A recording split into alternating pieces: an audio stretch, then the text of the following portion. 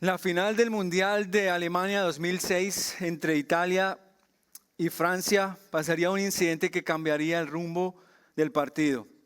Los dos equipos habían hecho un partidazo, tanto así que el juego terminó empatado 1-1 en los primeros 90 minutos reglamentarios.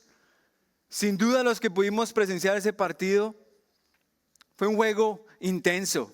Los italianos, como de costumbre, aguerridos, duros, pegando. Los franceses, por el otro lado, más calmados, jugando con buen fútbol.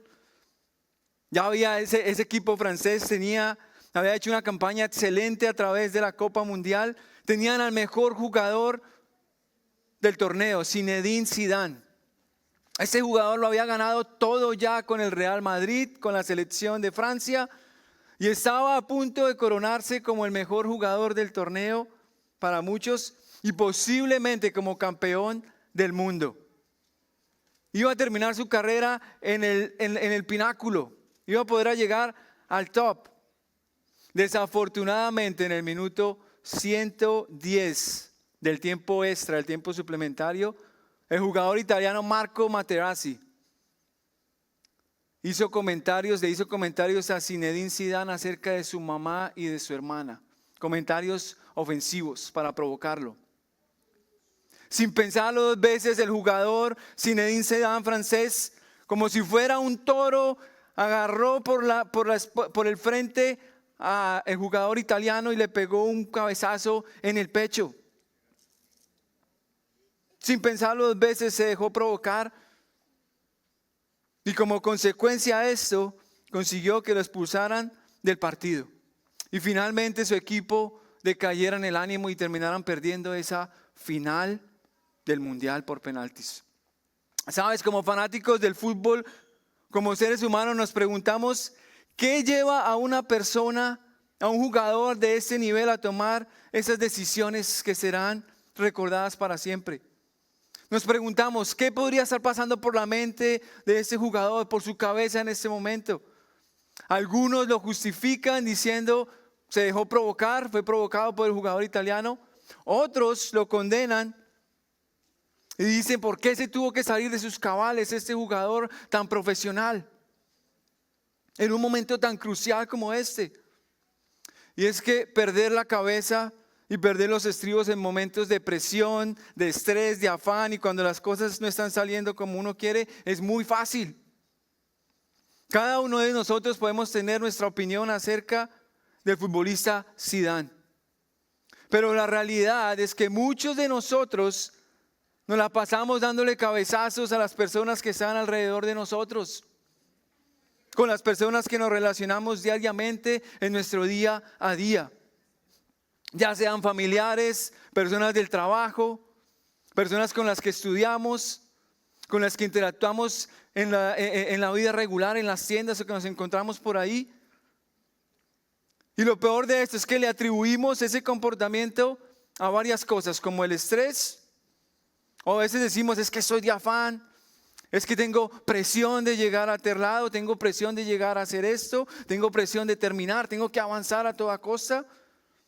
No me esperaba esto y por eso reaccioné de esa forma. Y muchas veces, ¿sabes qué pasa? Podemos tener arrebatos de ira que terminan dejándonos avergonzados y con sentimientos de culpa. Y eso sí es que podemos muchas veces controlar esos arrebatos de ira. Porque las personas que no pueden controlar los arrebatos de ira terminan lastimando a sus seres queridos en su hogar, en su trabajo, en sus día a día, en las personas con las que conviven, cónyuge, hijos, familiares. Sabes, aquí en Estados Unidos, en el 2023, el año pasado, se reportaron 10 millones de casos por violencia doméstica. 10 millones. Quiere decir que 10 millones de hogares llamaron a 911 y reportaron casos de violencia doméstica. Aquí nomás en el estado de Texas, para hacerlo más cercano, en ese mismo año, en el 2023, 14 personas murieron producto de la violencia doméstica o de ataques de ira en el hogar o en algún otro lugar. En la rama de la salud y la psicología, a esto lo llaman ataques de ira espontáneos, y en los casos más extremos tiene un nombre que es trastorno explosivo intermitente. Trastorno explosivo intermitente. Estos son los casos más severos, que son personas que eventualmente en un mes tienen diferentes ataques y no se pueden controlar, o a través del año tienen episodios de ira que los dejan mal. Esta es una realidad, amigos. Le pasó al jugador de fútbol Zinedine Zidane en un partido, en la final del mundo, delante de todas las personas que lo estaban viendo en la televisión. Y nos pasa a la mayoría de nosotros frecuentemente en diferentes niveles. ¿Cuántos de nosotros no nos indignamos cuando vemos o escuchamos noticias de personas que pasan por violencia doméstica, ¿no es cierto? Nos pesa el corazón, nos preguntamos, ¿pero por qué? ¿Por qué pasan estas cosas, Dios? Desearíamos que estas cosas no pasaran. Quisiéramos que no hubiera estrés, que no hubiera afán, que no tuviéramos presiones en la vida. O mejor aún, quisiéramos borrar momentos en que hemos lastimado o nos han lastimado por ataques o arrebatos de ira. Pero aquí te va la buena noticia. Podemos lograrlo. Podemos tener victoria en estas cosas. Sí lo podemos lograr. Pero ¿sabes qué? Necesitamos la ayuda de alguien para lograrlo. Y ese alguien es el Espíritu Santo que habita en ti y en mí. Si es que tú tienes a Cristo en tu corazón y lo has aceptado como Salvador personal. Hemos venido estudiando ya por 7 semanas el fruto del Espíritu Santo. Y hoy veremos la característica o la cualidad que nos va a ayudar a vencer este problema. La ira, saber actuar bajo estrés, bajo presión. ¿Sabes? La ira es algo que es producto de la carne, de las obras de la carne, como lo menciona el pasaje que hemos venido estudiando. A lo que dice Gálatas 5:19, quiero leer para que estemos en contexto. Dice: por eso les digo, dejen que el Espíritu Santo los guíe en la vida. Entonces no se dejarán llevar por los impulsos de la carne, como el pastor Jaime nos lo explicó en la primera predicación, o la naturaleza pecaminosa. La carne desea hacer el mal, que es precisamente lo contrario a lo que quiere el Espíritu. Y el Espíritu nos da deseos que se oponen a lo que desea la carne o la naturaleza pecaminosa. Estas dos fuerzas luchan constantemente entre sí. Entonces ustedes no son libres para llevar a cabo sus buenas intenciones. Pero cuando el Espíritu los guía, ya no están obligados a cumplir la ley de Moisés.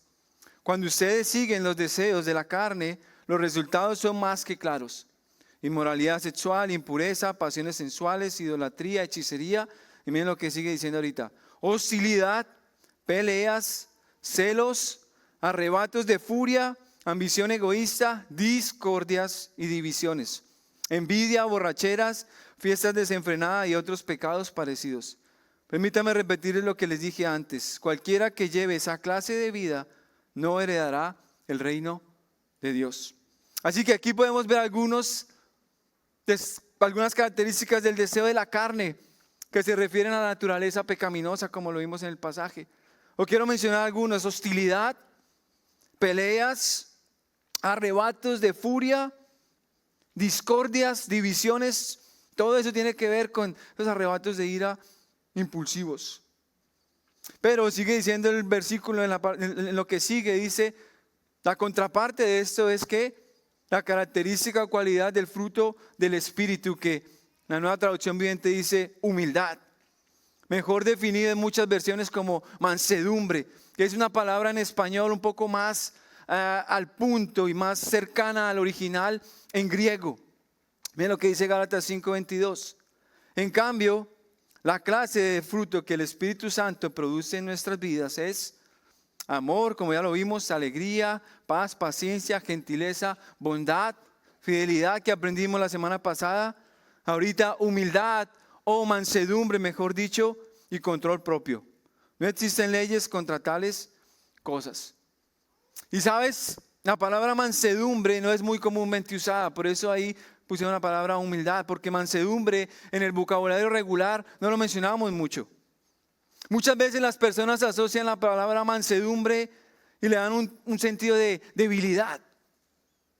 Es una persona que no es fuerte, una persona mansa. Pero la palabra está lejos de significar eso. Tampoco la palabra humildad que vemos ahí es todo lo que significa mansedumbre, porque queda corta su significado. Aunque mansedumbre tiene que ver con humildad, porque la mansedumbre abarca humildad, no es todo su significado. Así que, ¿qué te va? Ponme atención. Como el pastor Daniel lo mencionó la semana pasada, después de esta serie vas a terminar hablando griego, o por lo menos 8 palabras de las que hemos estado estudiando. Pero mira cómo se describe esta palabra en su original. ¿Cómo definimos entonces mansedumbre? ¿Qué es? La palabra en su original se llama, o se puede decir prates. Repítelo, prates. Y significa gentileza, amabilidad, o por implicación humildad. Eso es algo así rapidito. Pero el significado más concreto es este que viene a continuación, la palabra mansedumbre, el fruto del Espíritu Santo. Mira lo que es. Y dice, es la descripción de alguien, pon atención, que no se deja provocar fácilmente y en tiempos difíciles de estrés o depresión, mantiene una actitud de calma. Es aquella serenidad de espíritu pacífica y humilde, en virtud de la cual el hombre no se deja arrebatar fácilmente de la cólera con motivo de las faltas o el enojo de los demás. Podríamos decir que una persona que tiene mansedumbre, en pocas palabras, es una persona que sabe controlar sus emociones bajo presión, bajo el estrés, bajo el afán de la vida. No tiene arrebatos de ira, no se deja llevar al extremo, sabe reaccionar tranquilamente. Cuando estaba estudiando esta palabra y todo esto decía, Señor, yo quiero ser esta persona, yo quiero ser Él. Ahora, ¿cómo desarrollamos la mansedumbre? Te preguntarás, ¿cómo la desarrollamos? Sabes, en la Biblia, gracias a Dios que nos la ha dado, nos enseña ejemplos de personas que eran mansas, tanto en el Antiguo como en el Nuevo Testamento. Una persona de ellas, la primera persona que se menciona que era mansa, más que todos en la tierra, fue Moisés. ¿Sabes lo que dice Números 12:3 aquí? Moisés era un hombre muy manso, más que todos los hombres que habían sobre la tierra. Muy manso, más que todos los hombres que habían sobre la tierra. Algo que quiero que notemos aquí es que Moisés, aunque aquí dice que era manso más que todos los hombres sobre la tierra, no siempre fue igual, no siempre fue así de manso. Antes hemos escuchado la historia de Moisés y no te la resumo aquí. Sabes, cuando el pueblo de Israel llegó a Egipto, después de que José los llevó, dice la palabra de Dios que el pueblo empezó a crecer en grande número. Llegó un faraón nuevo y dijo, estos hebreos, estos israelitas se están poniendo fuertes, grandes, vamos a hacer algo para que no pase esto. Así que decidió el faraón matar a todos los bebés varones que nacieran en la época. La mamá de Moisés dijo, yo no quiero que mi hijo muera, así que lo escondió por 3 meses. Cuando ya tenía 3 meses y estaba grande, difícil de esconder, ya se dio cuenta que no podía más, así que lo puso en una barquita, dice la palabra, y lo puso en un río y dijo, a ver qué pasa, Señor, yo te lo dejo en tus manos. Su hermana, la hermana de Moisés, estaba ahí esperando a la orilla del río a ver qué pasaba con Moisés. Dice la Biblia que de un momento a otro bajaba la hija de Faraón, la princesa, y vio a lo lejos la barquita donde estaba Moisés. Y le dijo a una de sus criadas, ¿sabes qué? Tráeme esa barquita. Cuando vio a Moisés, dice la palabra que se llenó de compasión. Así que ella quiso retener a Moisés. Su hermana, la hermana de Moisés que estaba viendo ahí desde la orilla, fue corriendo a donde la princesa le dijo, princesa, ¿quieres que te busque una nodriza hebrea para que cuide a tu bebé? Inteligente. Así que de esa forma Moisés volvió a los brazos de su mamá por la misericordia de Dios y ella lo pudo criar en las cosas de los israelitas. Ya cuando creció joven, lo tuvo que mandar a donde el faraón, ahora sí, al castillo del faraón, a vivir como príncipe. Dice que Moisés llegó a vivir ahí como príncipe. Y después, a la edad de 40 años, mira lo que pasa con Moisés. Éxodo 12:11 dice, Moisés creció y un día salió a ver a sus hermanos. Los vio en duras tareas y observó a un egipcio que golpeaba a uno de sus hermanos hebreos. Entonces miró a todas partes y al ver que no había nadie, a lo que dice, mató al egipcio y lo escondió en la arena. Al día siguiente salió, vio a 2 hebreos que reñían y preguntó al que maltrataba al otro, ¿por qué golpeas a tu prójimo? Él respondió, ¿quién te ha puesto a ti por príncipe y juez sobre nosotros? ¿Piensas matarme como mataste al egipcio? Entonces Moisés tuvo miedo y pensó, no cabe duda que esto ha sido descubierto. Así que Moisés en ese momento, cuando vio que se había descubierto que por su arrebato de ira había matado a un egipcio, como diríamos en Colombia, se pisó, se escondió, se fue, se esfumó. Así que él fue a vivir en el desierto. Esa es la palabra de Dios, que vivió ahí por 40 años. Y sabes, desde que se escribió esto de que Moisés era el hombre más manso sobre la tierra, desde el momento en que él mató al egipcio, y hasta el momento en que se escribió que él era el hombre más manso de la tierra, pasaron 40 y tantos años, casi 43 años, en que él estuvo, simplemente Dios estuvo trabajando en su vida. ¿Sabes? La historia de Moisés es fascinante, porque Moisés tuvo que sacar a un pueblo difícil, aguerrido, lleno de imperfecciones. Cuando lo sacó de Egipto, el pueblo de Israel no hizo sino quejarse. Sufrió las quejas, sufrió el desprecio, sufrió de un pueblo desenfrenado que se quejaba cada vez que le pasaba algo mal. Y en la mayoría de las circunstancias Dios decía, voy a eliminar a mi pueblo Israel. Y Moisés se ponía de rodillas y plegaba por el pueblo y decía, no los mates, Señor. Perdónales la vida, son tu pueblo. Él intercedía por el pueblo para que Dios no los castigara. ¿Fue Moisés perfecto? No, no fue perfecto. Pero ¿sabes qué? Tenía la virtud de la mansedumbre y soportó todo el pueblo de Israel. ¿Sabes? Dios domó el carácter de Moisés por casi 40 años. Porque la palabra mansedumbre tiene también otra connotación y quiere decir domar, y se usa cuando se doma a un animal. No sé cuántos han visto, han podido experimentar un caballo salvaje, un caballo que no es domado. ¿Cómo actúa? Cuando un caballo no es domado, empieza a brincar de arriba a abajo, por un lado. No se le puede montar a un jinete porque está fuera de control, no se puede domar. ¿Qué hace el jinete o el domador cuando quiere domar ese caballo? Le pone primero una cuerda, lo empieza a jalar y poco a poco lo empieza a doblegar, hasta que el punto en que ya él puede subirse encima del caballo, toma las riendas del caballo y lo doma, y ahora puede montar ese caballo porque el jinete lo ha domado, lo ha suavizado. Y aquí usa la misma connotación. Dios domó el carácter de Moisés para que él fuera el hombre más manso sobre la tierra, y se pudiera decir eso de él. Igual pasa con nosotros cuando nosotros dejamos que el Espíritu Santo dome y tome rienda de nuestra vida. Nos empieza a domar y podemos ser personas mansas, personas controladas por el Espíritu Santo. Podemos ser humildes. Imagínate, si a tu alrededor, si todos nosotros tuviéramos la virtud y la habilidad de domar la ira, el estrés, la presión, las cosas difíciles de la vida que nos pasan. Sabes, al estudiar esto, yo tuve la oportunidad de experimentar la mansedumbre y también darle rienda suelta a mi carne. Dios sabe cómo trabaja, y en 4 días, en 4 días pues experimenté la mansedumbre, pero al 4.º día también le di rienda suelta a mi carne.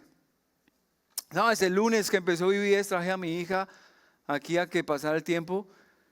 De regreso para mi casa dije, me dieron ganas de comerme una pizza. Como cuando mi papá me compraba pizza, decía pizza. Les dije, voy a parar por una pizza donde te hacen tu pizza personal. Y llegué yo allá contento, no había mucha gente, preparo mi pizza, salsa barbecue, quesito, jamón de ese canadiense, un poquito de pollo, piña, harta piña, porque yo decía, me voy a hacer una pizza hawaiana, deliciosa, crujiente. Ya me la saboreaba. Me la prepararon y la pusieron ahí al lado del horno. Pasaron 10 minutos, por lo general una pizza se toma 10, 12 minutos en que la preparen. 10 minutos y todavía no la habían puesto en el horno. Yo estaba esperando mi pizza, estaba en el teléfono cuadrando cosas del trabajo, salía porque había mucho ruido, entraba. Después de 20, 25 minutos, por fin parece que la pizza ya iba a salir.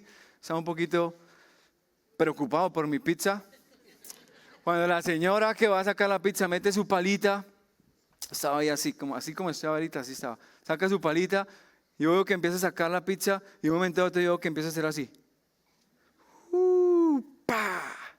Cayó mi pizza después de 25 minutos, cara contra el piso, y la cara de esa señora, la cara mía era, ¿qué hacemos?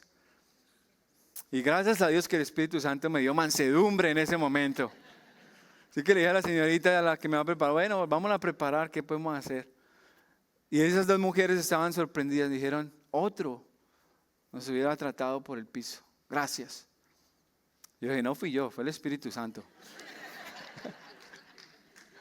Así que hizo mi pizza y me llevé, gloria a Dios. Me llevé mi pizza y me la comí ahí contento. Pero al cuarto día, no podía Dios dejarme una semana, 2 semanas, 6 meses, no, al cuarto día tenía que salir mi carne y este fue diferente. Hoy yo jueves en la mañana a visitar a un cliente y salí ya rápido y afán, pedí mi café donde siempre lo pido, ahí por el app, llegué, hice lo que siempre hago cuando hago eso, no había mucha gente por la hora de la mañana, habían 3 espacios y yo utilicé 2, me parqué como en diagonal porque mi camioneta es muy grande y no la puedo, dije si me pongo a devolverme, se me va a hacer tarde, llego ahí y lo parqueo, como muchas veces lo he hecho. Pedí mi café, entro a mi café, pero el café no estaba listo, había quedado mal la orden, me demoré 3 minuticos más y al lado mío había un señor en su trabajo, un señor que yo lo miré y dije, tan bonito trabajando. Ese hombre levanta su mirada así de un momento a otro y a través del vidrio ve que mi camioneta estaba mal parqueada. Y me voltea a mirar y me dice, ¿y a ti quién te enseñó a parquear? ¿Dónde te enseñaron a parquear? Y yo, ¿perdón? Y ya ahí no les puedo decir qué le dije porque yo parqueo donde yo quiera, perdón. Y le di rienda suelta a la carne. No pasó a mayores, ya llevo de afán, me fui. Pero en camino me puse a pensar, ay Padre Señor, ¿por qué no pude ser manso? ¿Por qué no pude ser lo que tu palabra me está enseñando? Too late. Ya no podía pedir perdón, ya no podía hacer nada. Ya cuando lo vuelva a ver diré, oye, perdón, no quería reaccionar así no estuviera de acuerdo en lo que me dijiste. Pero no lo pude hacer. Pero ahora, nuestro medidor para saber si estamos siendo mansos o no y humildes es ponernos a la medida de Jesús. Y miremos el ejemplo de Jesús. Mira lo que dice Mateo. Dice Mateo 11:29, dice, llevad mi yugo sobre vosotros y aprended de mí, que soy manso y humilde de corazón, y hallarás descanso para vuestras almas, porque mi yugo es fácil y ligera mi carga. Y sabe, lo primero que podemos destacar acá es que Jesús es manso y humilde de corazón y que podemos descansar en Él. Así que en momentos de cuando la sangre se calienta, en momentos en que estoy a punto de explotar y de que salirme de mis cabales y responder sin pensar, piensa en Jesús y descansa en Él. Y hallarás ¿qué? Reposo. En esos momentos en que estamos a punto de piensa en Jesús, lleva tu mente, lleva tu mirada, lleva tu corazón a Jesús, que Él es manso y humilde de corazón y dice la palabra que vas a hallar reposo y entonces vas a estar tranquilo. Podemos desarrollar mansedumbre cuando vamos a Jesús y experimentamos su propia mansedumbre en nuestras vidas. Jesús a través de su ministerio en la tierra, ¿qué pasó con Él? Fue atacado, fue humillado, fue blasfemado, fue traicionado por sus propios discípulos. Cuando lo arrestaron, lo azotaron, lo castigaron injustamente, lo escupieron, lo ultrajaron sus vestiduras. Y aún así, Jesús, teniendo el poder para en un abrir y cerrar de ojos decir, chin, todo se acaba aquí. Al contrario, ¿qué hizo? No hizo absolutamente nada, no respondió. Su respuesta fue, Padre, perdónalos porque no saben lo que hacen. No les tomes en cuenta su pecado. Si alguien hubo más manso que Moisés, fue Jesús. Y Jesús fue manso por ti y por mí, para darnos la salvación que experimentamos a través de su sacrificio en la cruz. Por eso Él fue manso hasta el final. Ahora te preguntarás, ¿cómo se ve todo eso que me has dicho en el día a día? ¿Cómo puede ser esto tangible? Bueno, ya les di algunas ilustraciones propias. Pero, ¿cómo practicamos la mansedumbre? ¿Cómo podemos empezar a hacerlo? ¿Cómo lo hago? Mira lo que dice Romanos 12:17, dice, Nunca devuelvan a nadie mal por mal. Compórtense de tal manera que todo el mundo vea que ustedes son personas honradas. Hagan todo lo posible por vivir en paz con todos. Queridos amigos, nunca, ¿qué dice? Tomen venganza. Dejen que se encargue la justa ira de Dios, pues dice las Escrituras, yo tomaré venganza y les pagaré lo que merecen, dice el Señor. No paguemos a nadie mal por mal ni nos venguemos, aún teniendo razón para hacerlo. No lo hagamos. ¿Recuerda la definición de mansedumbre, lo que hablamos al principio? Está en el bosquejo de tu sermón si lo quieres tener para después. Pero una persona mansa es una persona que no se deja provocar fácilmente. No se deja provocar fácilmente y en tiempos difíciles que mantiene la calma. Tiene serenidad de espíritu, pacífica y humilde. Y no se deja arrebatar fácilmente de la cólera. Eso es una persona mansa. Yo quiero ser esa persona. Yo quiero tener ese fruto. Yo quiero tener esa cualidad. Pero qué difícil es hacerlo, ¿cierto? Como ya les compartí en el día a día. En momentos difíciles, en momentos de afán, de estrés, ahí es cuando fallamos. Ahora, ¿qué más puedes hacer? Identifica en qué momentos eres más propenso a caer en esto. Identifica en qué momentos eres más propenso a reaccionar sin mansedumbre. ¿Sabes? Después de esto que me pasaron, estas dos ilustraciones que les di, esto que me pasó, yo me puse a hacer el análisis. ¿Por qué en uno reaccioné de una forma y por qué en el otro de la otra forma? Y cuando me dejé llevar por la carne fue por 15 minutos de mi día. 15 minutos en que apagué la alarma y dije 15 minuticos más de sueño. 15 minutos que se me cortaron y estaba afanado y estaba corriendo y tenía que hacer lo que tenía que hacer. Cuando termino yo gritándole y haciendo todo este rollo con mis hijos para ir a la escuela, fue por 15 minuticos que nos levantamos tarde. Y terminamos afanados y terminamos gritando y pecando y sintiendo remordimiento y culpa. Identifica esos momentos. Ahora, otra forma más que puedes practicar mansedumbre, mira, la encontramos en Gálatas 6.1. Gálatas 6.1 son los versículos que siguen al fruto del Espíritu Santo. Mira lo que dice: hermanos, si alguno es sorprendido en alguna falta, vosotros que sois espirituales, restauradle con espíritu de ¿qué? De mansedumbre. Al hacerlo, considérate a ti mismo, no sea que tú también seas tentado. Sobrellevad los unos las cargas de los otros y cumplid así la ley de Cristo. Y sabes, aquí también podemos practicar mansedumbre cuando ayudamos a restaurar a otros. Y aquí cuando dice espíritu de mansedumbre, sí va implícita la palabra humildad. Porque cuando vamos a alguien con espíritu de mansedumbre para ayudarlo a restaurarlo, debemos ser ¿qué? Amables, debemos ser gentiles, debemos ser dóciles, debemos tener humildad cuando tenemos la oportunidad de ayudar a otros. Porque ¿qué pasa si tú vas con rigidez a querer restaurar a alguien? Vas con dureza y vas con rigidez y vas acusando. Vas a perder la oportunidad de que esa persona abra su corazón a ti y pueda pedir ayuda o consejo. Jesús nos lo mostró con la mujer samaritana. ¿Sabes? Jesús se encontró con esta mujer, una mujer relegada por el mundo, rechazada por la sociedad.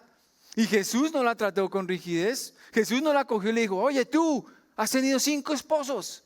No, Jesús fue amable, Jesús fue gentil, tuvo mansedumbre, al punto de que esta mujer abrió su corazón y lo reconoció como el Mesías. Esa debe ser también nuestra actitud. Imagínate qué sería si todos nosotros tuviéramos mansedumbre los unos con los otros en nuestros hogares. ¿Cómo se vería la sociedad? Menos pleitos, menos contiendas unos con otros, menos gritos en tu casa, papá, mamá, hijos que me escuchan. Menos deseos de venganza cuando has perdido tu partido o te han dado una patada en el juego. ¿Cierto? ¿Cómo se vería eso? Pero ahora más, imagínate cómo sería que las personas a tu alrededor quisieran estar al lado tuyo porque tú les transmites calma y serenidad. ¿Cómo se vería eso? ¿Sabes? Yo pude experimentar esto cada vez que visitaba a mi abuelita materna. Mi abuelita materna, que era una creyente firme, fuerte, ya está con el Señor. Fue una mujer que amaba a Dios y ya está ahorita con el Señor, pero tenía una mansedumbre en su corazón y transmitía tanto que llegábamos a la casa de ella y yo quería estar al lado de ella. Ella era dulce y uno podía hablar y ella le daba consejos y uno podía conversar y uno podía estar ahí con ella y queríamos ir donde mi abuelita por eso. ¿Has estado tú en presencia de alguien así? Jesús también nos ofrece esa mansedumbre. Cuando vamos a Él nos ayuda a ser así, nos ofrece también esa calma. Ahora, queda esta incógnita para que ustedes la resuelvan. ¿Qué hubiera pasado si Zinedine Zidane hubiera reaccionado con mansedumbre al final de su carrera, en vez de haber reaccionado como reaccionó? ¿Qué hubiera pasado? Se hubiera coronado como el mejor del mundo, probablemente ganando esa final, siendo coronado como uno de los mejores jugadores, en vez de estas imágenes que ahora están ahí en el internet.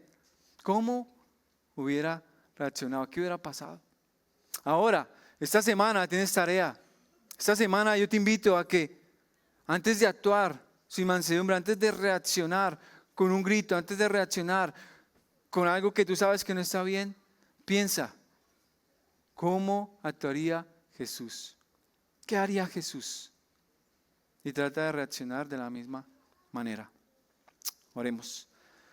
Padre, gracias Señor por tu palabra, Señor, gracias porque eres bueno con nosotros, Padre, gracias porque podemos descansar cuando vamos a tu Hijo Jesús, Dios.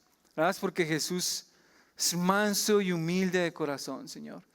Sé que su carga y su yugo son ligeros, Padre. Cuando los ponemos entre nosotros, vamos a vivir ligeros, vamos a vivir en paz. Vamos a tener mansedumbre en nuestro corazón para que podamos también transmitirla a otros, Dios. Gracias porque hemos aprendido estas semanas acerca del fruto del Espíritu Santo, Padre. Ayúdanos a aplicar lo que escuchamos en nuestras vidas, en nuestro corazón, que podamos honrarte, que podamos reflejar un poquito de ti, Señor, a los demás a través de la mansedumbre, Padre. Gracias, en el nombre de tu Hijo Jesús oramos. Amén, Señor.